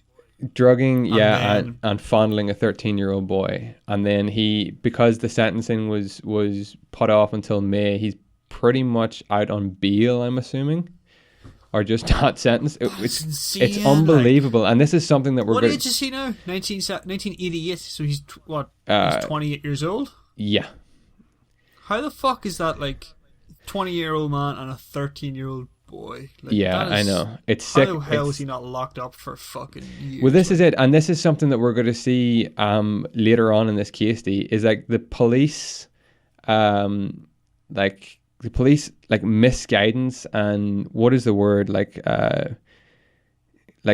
What is the word? Incompetence is unbelievable in some of these cases. And I'm sure it's the same in a lot of serial killer cases or big cases that if the police had have just done their job fucking properly at day one, they could have saved potentially hundreds of lives all over the country. But with the likes of this, as you say, a 13-year-old boy lured, drugged, fucking fondled, and then he's let out basically on bail until he's given his punishment or whatever, months and months later. But even after this, he wasn't even actively kept an eye on or anything, you know? Yeah, That's just It's I know it's not modern policing standards and stuff but Jesus Christ, that's insane. You think about it. 2 months after his conviction and 2 months prior to his sentencing for the assault, Dahmer murdered his fifth victim. He was a mixed-race, 24-year-old aspiring model named Anthony Sears, who Dahmer met at a gay bar on March 25th, 1989. According to Dahmer, on this particular occasion, he was not looking to commit a crime. However, shortly before closing time that evening, Sears just started talking to me, Dahmer said. Dahmer lured Sears to his grandmother's home where the pair engaged in oral sex before Dahmer drugged and strangled Sears. The following morning, Dahmer placed the corpse in his grandmother's bathtub where he decapitated the body before attempting to flay the corpse. He then stripped the flesh from the body and pulverized the bones, which were again disposed of in the trash. According to Dahmer, he found Sears exceptionally attractive, and Sears was the first victim from whom he permanently retained any body parts. He preserved Sears' head and genitalia in acetone and stored them in his work locker. When he moved to a new address the following year, he took the remains there with him. On May 23rd, 1989, Dahmer was sentenced to 5 years probation and 1 year in the House of Correction with work release permitted in order that he was able to keep his job. He was also required to register as a sex offender. So this is the sentencing for that 13-year-old kid. Yeah. So he got 5 years, but with work release permit. So he's allowed to continue to work at the chocolate factory, but he has to register as a sex offender. So that's insane. 2 months before his scheduled release from the work camp, Dahmer was paroled from his regime. His 5 years probation imposed in 1989 began at this point. So on release, Dahmer temporarily moved back to his grandmother's home in West Allis before, in May 1980, moving into the Oxford Apartments located North 25th in Milwaukee. Although located in a high crime area, the apartment was close to his workplace, was furnished, and at $300 a month was inclusive of all bills, including electricity. It was seriously economical for him. And I got one more bit before we finish this one off. So on May 14th, 1990, Dahmer moved out of his grandmother's house and into 924 North 25th Street, apartment 213, taking Sears's mummified head and genitals with him. Within 1 week of moving into his new apartment, Dahmer had killed his 6th victim, Raymond Smith. Smith was a 32-year-old male prostitute who Dahmer lured to apartment 213 with the promise of $50 for sex inside the apartment. He gave Smith a drink laced with sleeping pills and manually strangled him. The following day, Dahmer purchased a Polaroid camera with which he took several pictures of Smith's body in suggestive positions before dismembering him in the bathtub. He boiled the legs, arms, and pelvis in a steel kettle with Soilex, which allowed him to then rinse the bones in his sink. Dahmer dissolved the remainder of Smith's skeleton, excluding the skull, in a container filled with acid. He later spray painted Smith's skull, which he placed alongside the skull of Sears, upon a black towel inside a metal filing cabinet. Yeah. Imagine stumbling upon that little filing cabinet. I know. So approximately 1 week after the murder of Smith, on or about May 27th, Dahmer lured yet another man to his apartment. On this occasion, however, Dahmer himself accidentally consumed the drink laden with sedatives intended for consumption by his guest. When he woke the following day, he discovered that his intended victim had stolen several items of clothing, $300, and a watch. Dahmer, however, never reported this incident to the police, although on May 29th he divulged to his probation officer that he had been robbed. In June 1990, Dahmer lured a 27-year-old acquaintance named Edward Smith to his apartment. He drugged and strangled Smith. On this occasion, rather than immediately acidifying the skeleton or repeating previous processes of bleaching, which he realized had made the victim's skulls brittle, Dahmer placed Smith's skeleton in his freezer for several months in the hope that it would not retain moisture.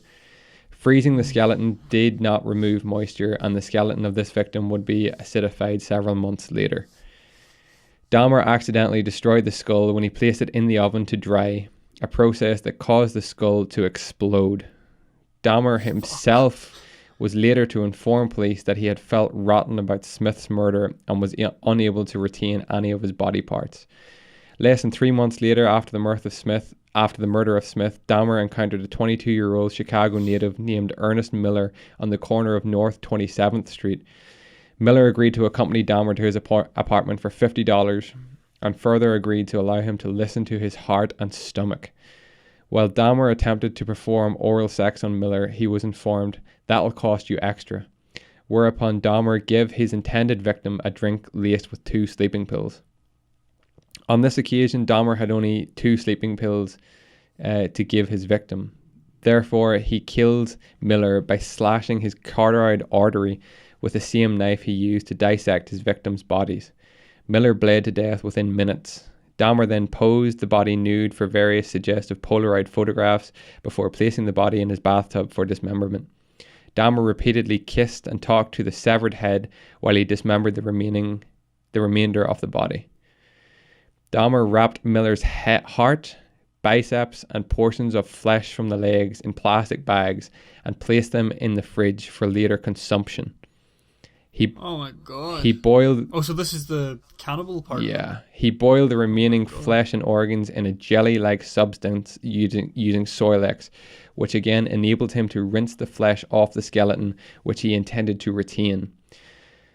To preserve the skeleton, Dahmer placed the bones in a light bleach solution for 24 hours, allowing them to dry for up to 1 week. The severed head was initially placed in the refrigerator before also being stripped of flesh and then painted and coated with enamel.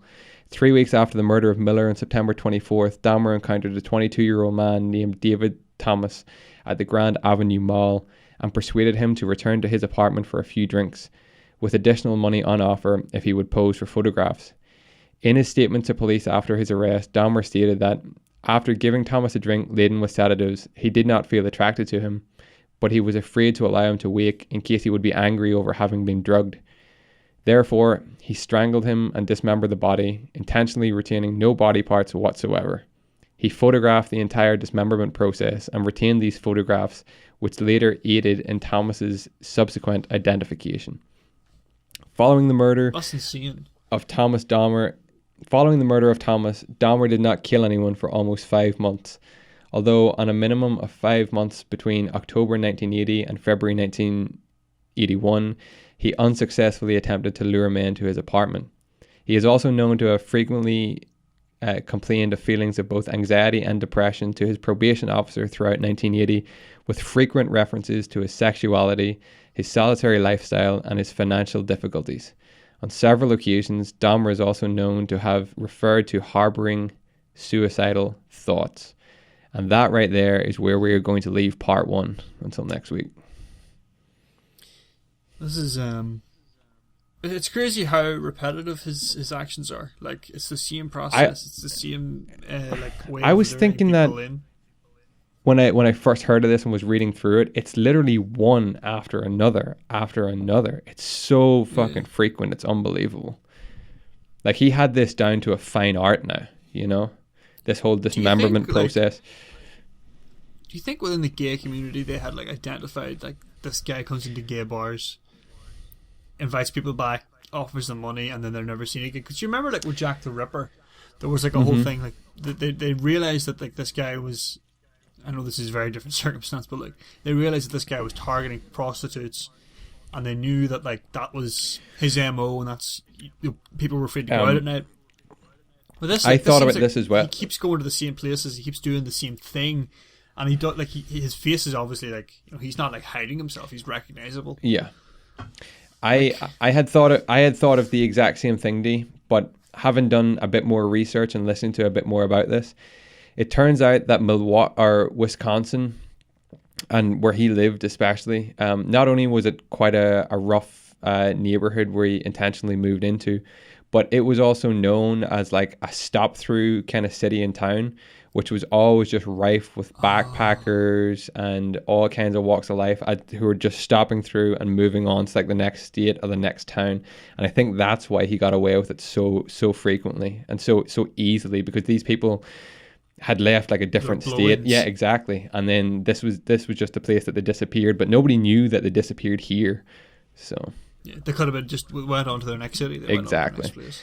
And this whole... I often wondered how he did it so kind of easily as well, but it turns out that place is really kind of rough, and he's offering these guys $50 just to pose for pictures, which would have been a huge amount of money for these guys. It'd be like us being offered thousands to come in and pose for a couple of photos nowadays, you know? So with that incentive, it's impressive, yeah. I know I shouldn't say that, but just oh yeah, no, yeah, I get he could do it. Yeah, and he's just boom, boom, boom, boom, boom, same MO, same way, and he disposes of the bodies. Although you notice he is getting careless, because he's keeping things and stuff. Yeah, and that's obviously and he's documenting the process, taking pictures. Yeah, documenting. He's doing the things now where it's not about getting away with it anymore. It's about his own gratification. And obviously when he does, he's going to get caught, and all this evidence is going to be sitting there just to put him fucking away or put him in the chair. Or yeah. Well, we'll see as part 2 goes on, but trust me, part 2 gets a whole lot worse than part 1. And if you are listening to this story, I highly recommend that you don't go on and read anything more about this. You can, of course, but I recommend waiting until next week, until we bring up part 2, because you're really going to enjoy it. Because we all enjoy a little bit of like this kind of taboo serial killer kind of stories. It's ingrained in us. Yeah. Engraved in us, sorry. The scary things that people can do. But yeah, that was part 1 of the Milwaukee Monster, Jeffery Dahmer. The Milwaukee Cannibal. Let's I guess finish up this episode then, D, with Poisonal with the podcast. You want to do that? Let's get Poisonal. Do we have any questions from the community? Give me 1 second. We did, but I think they're on my Instagram, which I have not saved. If I can bring it up here on my laptop. Bear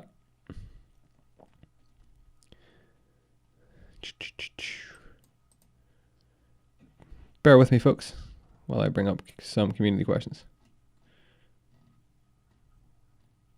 Oh, no. Big thank you to anyone who did. Yes. No, I tell you what, the community questions are, I've screenshotted them. They're not my story. They're on my phone. And my phone's inside. So what we'll do is we'll bank all the community questions to next week. And big thanks to everyone who wrote in a community question, but no. Yeah, we'll have about 5 or 6 for next week. Which will be great, because it'll be a nice lighter side after this part 2 of this story. So yes, thank you to everybody who wrote in and got in touch with us this week. Your questions will not go unheard. We will get them next week on the podcast. We'll cover all community questions then. So no, we can just slide into personal with the podcast. Just slide into the DMs, as you should do if you want to ask us a community question. Oh, that was a beautiful segue, D. Jesus. There you go. Off the top of my head, totally didn't write it down. What have you got? Yeah, personal podcast. Yeah. Let me think. What have you got for me this week? This week, it's actually been 5 days. Yeah. We did Tuesday. Yeah. Our most recent podcast. It was a little off kilter, but in those 5 days, I mean, what a 5 days! Literally nothing has happened. Yeah. Not a single. So you had a day or two off, didn't you? You were saying in the last. I had Monday off and I had Friday off. Wow, yesterday off, fantastic. Doesn't even feel. No, today's Sunday. Yeah, shit, yeah. It doesn't. That's what I mean. It doesn't feel like 2 days at all. It doesn't really feel like anything. It just feels. I feel like I need a week or something to actually enjoy time off. Yeah, I get it. It's the same old. Not doing a whole pile, but I played a bit of Halo, like I said. What Halo were you playing? Sorry. Trip down. It was the Master Chief Collection, so I played a bit of Halo fantastic. Reach and a little bit of Halo 4. Halo Reach is like the Halo to play. Nice. Well done. It's terrific. Yeah. So I played a bit of that and played a bit of Apex Legends. It's nice. kind of how I preoccupy myself these days. Mm-hmm. And haven't really watched anything. Watched like the first 2 episodes of Schitt's Creek. What's it like? I've heard great things about. Yeah. It's okay so far. Like I definitely would be willing to watch more to try and get into it more. Uh-huh. Like it's kind of yeah. Yeah. It's like a satirical kind of comedy. Okay. Like it's never like kind of like ha ha ha. Have you started watching Queen's Gambit yet? No. No. Okay. Debating that one. Yeah, I have a few things to watch next. And funny, talking about the serial killer stuff, I really want to watch Dexter. Oh, nice. I always wanted to watch. And every time I look up the serial killer stuff, we start talking about it in the podcast, it always comes back in my head. I have to watch that. Yeah. So that could potentially be the next thing to watch. But no, really, I haven't really been watching much at all lately. Like in the last couple of weeks, I think like I've played like 50 hours of Apex Legends. Like Jesus, yeah. It's just like every night I'd be playing a little bit with Laura, and then at the weekends we play a lot with like other mates of hers as well. So there's like 3 of us playing. It's a trio. So nice. It's like it's good to be playing something, I guess. Oh, absolutely, yeah. It's getting to that time of the year, D, where this is just what you do. This is how you fill the basically evenings. I am just filling time until Yep. Cyberpunk comes out. Yeah. I don't know if I'm going to get that necessarily Yeah. when it comes out, or I might wait until like PlayStation or an Xbox becomes available and play it on that. Yeah. That's Or a I great may idea. just play it on the existing consoles, like, you know, sort of. I say wait Who knows? until you grab yourself I don't- a PS5D, and then you go. Do you know what? I don't think I'm gonna get the PlayStation 5. I think I'm gonna go with the Sax box. Yeah, I thought Because, thought you might have, but I mean, God of War. Yeah, that's it. When the new God of War comes out, I'll definitely pick up a PlayStation because I know Laura will want one anyway, so it'll happen. But Yeah. for me, it's like I play a lot of Game Pass. Oh, okay, yeah, I'm pretty invested into that. Not invested, but like, you know, yeah, like I have a setup with that. And losing that, I think, would probably hurt me in the short term more Yeah. than you know. Well, actually, yeah. There's I'd be missing out on Spider-Man Miles Morales. That's the only thing I'd be missing from the PlayStation at the minute. Yeah. You know, until God of War comes yeah. out, which I think I'd much rather have the ability to play those Game Pass games because like that's what I'm doing. Like Master Chief, I just collection. I just said to play it Yeah. because it was on Game Pass. And boom, I'll just play that. What a And, fantastic game! What a fantastic collection to have on Game Pass, though. Like, exactly. Beautiful. Yeah, you can just bounce into Halo 3. jump or in, Halo 2 yeah, or whatever. yeah, Yeah. So I think that's where I am at the minute. Although to be honest, like there's no intention to purchasing either of those consoles until like the early months of 2021. I get, yeah. It'll be January seals, I'd say, when I start looking for a PS5. If all of this is best case, Yeah. if it's even there. Exactly. I mean, I know this isn't a gaming podcast anymore, but like if you want to talk about the console launches, they have been pretty fucking abysmal Yeah. in terms of product available. Like I- I've never seen this And before. especially with the year that we've been having, where people are at home and they have time to kill and they want to play a console. Exactly. This is where you can make like your money back tenfold.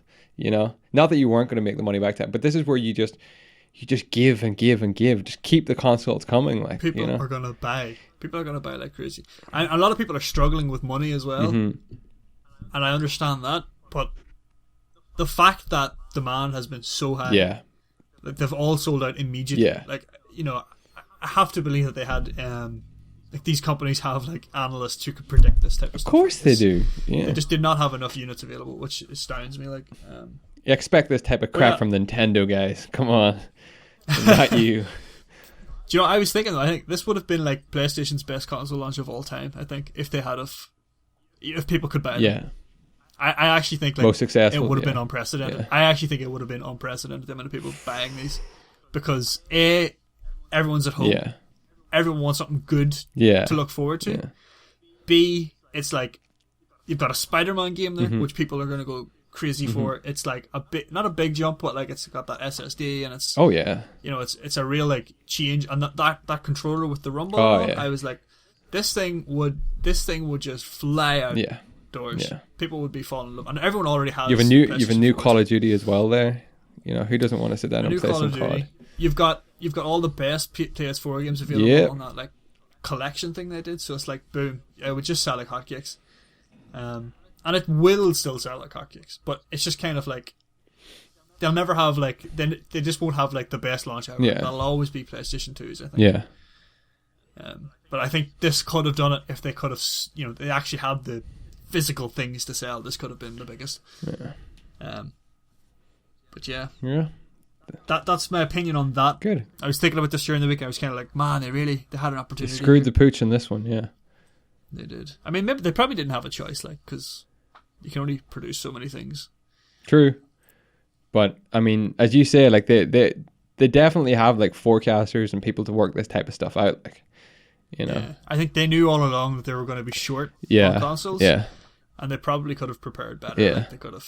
I mean, the fact that scalpers have went on and bought like 20 consoles yeah. and then are selling these on eBay. Like, how the fuck did they allow that? They should have just shut that shit down. Just one per customer, two Yeah. per customer maximum. Like, but nah, there's people like you've seen images probably on like Twitter, on Reddit and stuff, where it's like literally stacks of boxes of PlayStation. I've seen these, guys have yeah. just bought, Yeah, and they're ready to sell them Sell online them on, yeah. for like like a 200% markup. You're just like, Jesus Christ. Yeah, it's like, crazy, man. But we'll get one eventually, D. We'll get there eventually. Late to the party. Better late than never, you know. That's it. We don't have to worry about all the bugs. We'll get the fixed versions. Yeah. That's what we're telling ourselves. Yeah. But hey, I really haven't been up to a whole pile this week. Yeah. Aside from all of that. Good. Nice week. Good. What about you? What about your fucking 1,000-mile run? Sorry, I know I moved seats at the start of this podcast to get out of the road at the sun. Yeah. And now I'm just being blinded by the sun. Yeah. You need some shades, Chris. I do. I need to get a blind for that window. That's what I need to do. Jesus. So I did the run challenge, that Yeti run challenge during the weekday. From Wednesday morning to Thursday morning it was. Yeah. 4 miles every 5 hours for 24 hours. And anybody that's followed us, that's what I want to say as well. Thank you actually to everybody who does follow the Instagram page and kept up to date with what was going on there, and for the amount of like messages and support messages that I got from you guys during that, and then also all the questions and things I've got since that about like training and running and diet and stuff. Like it's been awesome just talking to you guys and answering questions to the best of my ability. But it went well, D. It went very well. You kept up with the story on Instagram, I seen. I did, yeah. I did indeed. Yeah. I seen the late night runs on the haunted forests and the. Honestly, it wasn't that bad until it was the 1 a.m. run I had to do, and at that point I hadn't slept until I came back in from the 10 o'clock run, and I just got over, I think I probably had maybe like 80 minutes sleep. I was getting in pretty deep, and my eyes actually stung out of my head. Like when I opened them when the alarm was going to say it was 12:30, I was back out in half an hour. And just as I opened my eyes, I was comfortable in bed. Just as I opened my eyes, I could just hear the wind and the rain at the window, and I just thought, give it up. Like, just you've done. So easy not to do it. Exactly. I was like, you've done enough. This is fine. I was like, let's just get out of bed and see where this goes. And I was like, fuck it. And like once you get outside, and 10, 15 seconds outside, and you just tell yourself like, this is as bad as this is gonna get. Like, you'll be fine. But it's just doing that. It's just getting out there to start with, it's fucking so hard. I suppose that's true of a lot of things, isn't it? It's like it's more the thought of doing the thing than the actual it's the thought thing. Yeah we cripple ourselves with like thoughts rather than actually crippling ourselves with doing the actual thing. Like that's actually not that bad, but it was seriously tough. Like, it was just wind and rain into the face for 5 miles. And but they kept telling myself, like, once this one's done, like, you're pretty much done, so just get on with it, kind of thing.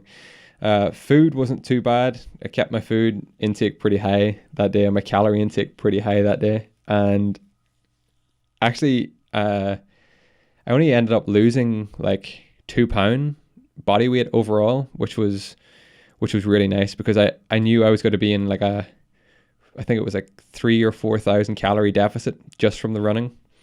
So I needed to eat, like, consume my normal plus that extra just to kind of stay at like level weight. So I was glad with that, and I kept my hydration pretty good. I had a couple of like salt kind of packs and things like that to make sure I was kept well. I did some stretching in between. Electrolytes. Yeah, that's it. That's exactly it. Yeah. I know. I'm familiar with. Oh, you know the lingo. Yes.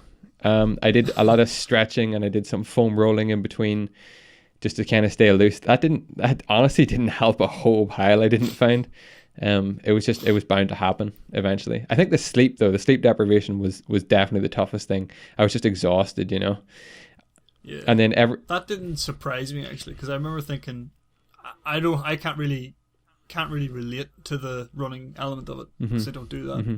But whenever you said that you were going to be doing it, and you were never going to get more than like 2.5, maybe best 3 hours sleep. I was like, that is going to be a bitch of a situation. That's the worst part. Yeah, that was by far the worst part, because at first I didn't really think I needed it because it was like daytime and you don't want to sleep when it's bright and stuff outside. And your body's just running constantly on adrenaline, because every time you come back in from a run, like you don't want to sleep. Like you're pumped, you're ready to go, you're ready to. And when you're doing that at like 8, 9, 10 o'clock, 1 o'clock, 1 a.m., 2 a.m., it's like, oh fuck, your body was shutting down without you even knowing it, like, but no, we finished Friday morning, then went out for like the last mile. I didn't have to do the 5 a.m., but I like nice round numbers, so I wanted to do 50k. So I went out for like the last mile and a bit. Got it done, came in, went to bed, didn't sleep properly at all. I think I got like an hour or two on off, and then later on the day got like another half-hour nap, and that night slept, but again didn't sleep great. Haven't been eating great since either. Just have no real appetite, no real hunger. This is all things that I'm making notes of in like my diary and stuff, and what way my body's kind of responding. Did go back to weight training on Friday and Saturday, which was tough, I think, just because I was so depleted, I guess. But tomorrow's a new week, and we'll see what we can do then. And then in 4 weeks, we'll probably try some other type of challenge right before Christmas. So do the 12 miles of Christmas. Oh, that 12 miles of Christmas, that could be good. I don't know. I'm trying to think of something. 12 miles every day for 12 days. That could be good. Yeah, that's a good one, yeah. Yeah. That's a big one, actually. Thank you, me. Fuck yeah. For that excellent suggestion. Dude, that's a tremendous idea. What else do you do at Christmas? Advent calendar? Yeah. Of runs? Yeah. You could open like every day. One day it's just a mile, and the next day it's a exactly half marathon. Yeah, that could be cool, actually, yeah. But yeah. I'll come up with a challenge as long as I don't have to do any of them. I'm fucking great at this. Yeah. Yeah, we can be my crew. You can crew for me. Yeah. No, it was good, and thank you to everybody who got in touch and has been in touch since. It's been really, really nice having that. So, but that's it then. I've chilled with. I started rewatching The Office, the day after the run. I just wanted something light and easy. I wanted the laughs. So I put The Office on, and I just got sucked in. So I'm like a couple of seasons in. That's so funny. Like for me, like The Office is like. I know this isn't the same as a how many mile 50k run spread over a day, but whenever I was hungover, that's what The Office was for me. It's like I can lie down, I can easily watch this and not have my mind be exactly. That's exactly what The Office is. Yeah. So that's what I've been doing pretty much every day since, and I'll do it today as well. But yeah, apart from that, I think it's been pretty quiet. Yeah, nothing really else to report. Good.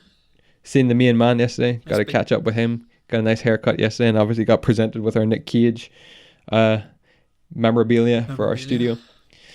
And just been working on like the notes for this podcast, and I'll get to work on the notes for next week's podcast, and we finish this one up during the week. That's pretty much my plans for this week, D. What about yourself? Yeah, I mean, I'm back to work tomorrow. Yep. So I'll probably just, dwell on that for about 6 hours today, and let it ruin your Sunday. Yeah, pretty much. It'll just be work next week, man. Yeah. I don't think we have anything planned. I need to do my Christmas shopping as well, which is an event that I'm just not looking forward to.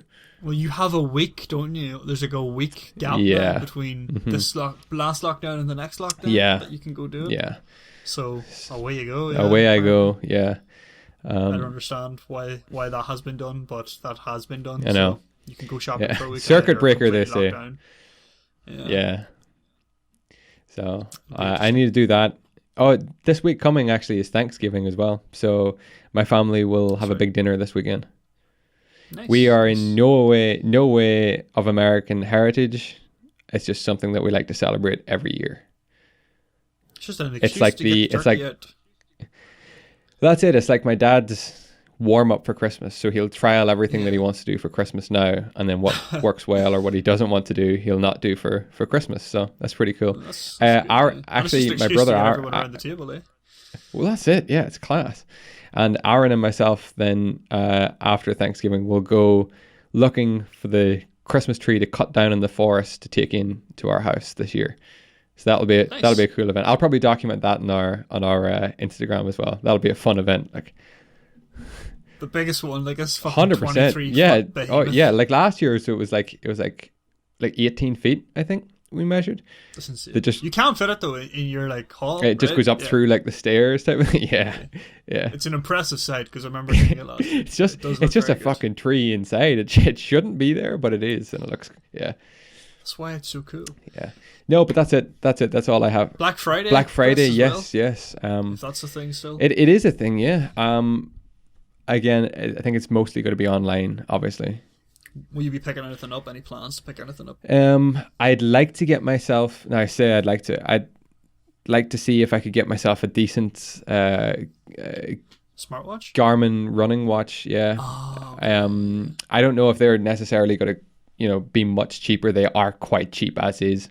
Apart from that, I'd like new trainers and things, new running gear basically. Because I don't think that any of the gym gear I need to buy for the gym is necessarily going to be on sale for Black Friday. So yeah, it might be though. Like they do. I suppose, yeah. Strange things go up for sale. Though. You never know. You never know what I'll pick up. Are you picking anything up yourself? I hopefully will be either picking up a new headset. Excellent. Yeah. For audio, and then it'll have a mic on it, so I don't have to have this. Yes. Thing for work anymore. This will still be for the podcast because this is much better quality. Beautiful. At the minute, it's very irritating having like everything in my room being fucking broadcast whenever I'm speaking at work. Yeah, of course. And potentially getting a new SSD for the computer because mine is like continually filling up. Nice. So I want that. What's that? Practical things. What size? What size SSD are we thinking?